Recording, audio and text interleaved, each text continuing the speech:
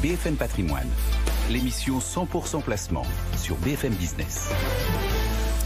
Et on va parler maintenant de démembrement de propriété. Le terme est un petit peu barbare, mais il présente un certain nombre de vertus, on va le voir, et aussi quelques incohérences. Benoît Lombard, associé gérant chez Vitam MFO, est en duplex avec nous. Bonjour. Bonjour. Les origines du démembrement, peut-être on va le rappeler. Le démembrement de propriété a pour origine les prémices, j'allais dire, du Code civil, puisque c'est Cambès lui-même qui a codifié ce qui est aujourd'hui l'article 579 du Code civil, l'origine du démembrement, en disant que lui est établi par la loi, légale donc, ou par la volonté de l'homme. Alors, le démembrement, justement, pourquoi ça présente des vertus ? On va peut-être l'expliquer aussi.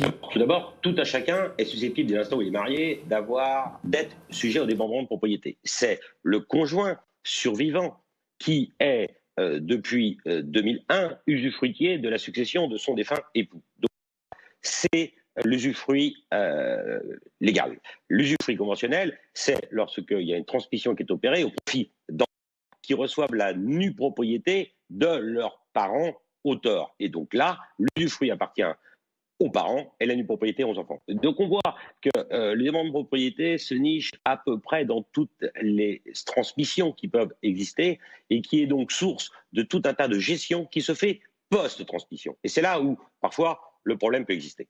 Il y a aussi des incohérences lorsqu'il s'agit de gérer un bien démembré. Alors on voit que, effectivement, tout d'abord, il y a des vertus avant les incohérences. La vertu, c'est que l'usufruit rejoint la nue propriété au jour où l'usufruit s'éteint. Et il s'éteint, par définition, par la mort de son titulaire. L'usufruit est viagé par essence. Et au jour de son extinction, c'est l'article 617 du Code civil qui nous dit, l'article nous dit qu'à la mort du usufruitier, le nu propriétaire reçoit cet usufruit. Et la vertu fiscale est que cet usufruit rejoint la nue propriété sans impôt. Ce qui est formidable dès l'instant où l'on conserve le bien sur lequel est assis ce démembrement.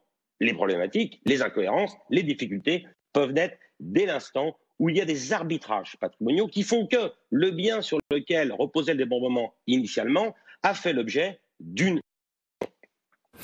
Les incohérences, est-ce qu'on peut en dire un mot rapidement ?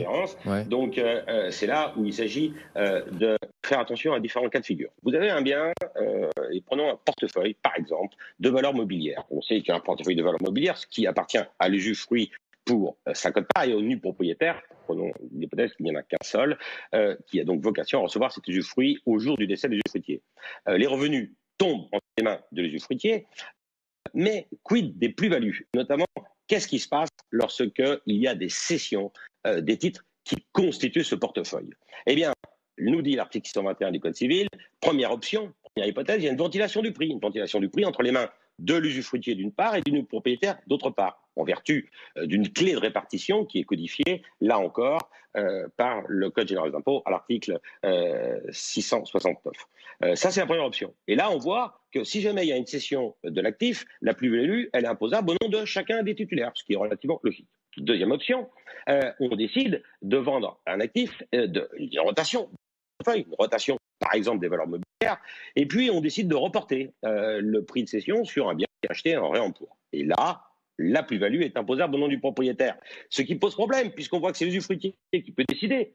Il est investi de cette prérogative de faire tourner, entre guillemets, le portefeuille, tandis que celui qui va payer l'impôt, alors qu'il n'est pas à l'origine même de cette rotation, eh bien, c'est le nu propriétaire qui peut se retrouver taxé l'année N+1, il reçoit un IFU, la première fiscale des banques, et puis il se rend compte qu'il a des plus-values qui sont taxables. Il n'a pas dégagé un seul revenu. Dans cette hypothèse, il faut prévoir si le portefeuille de valeur mobilière vient des temps d'une succession, et on considère depuis un arrêt, l'arrêt Bellet de 98, qu'il constitue une universalité du bien et que l'usufruitier, il doit en conserver la substance en quelque sorte. Et dans cette hypothèse, avec l'accord du propriétaire, c'est l'usufruitier qui peut être redevable de l'impôt. Encore faut-il le prévoir. Dernière option, le quasi-usufruit, c'est-à-dire là, on laisse la liberté à l'usufruitier de disposer comme il l'entend de ce même portefeuille, qui est l'exemple que j'ai pris, à charge pour lui de restituer cette même quantité au jour de son décès. C'est une créance qu'a le nu propriétaire qui s'inscrira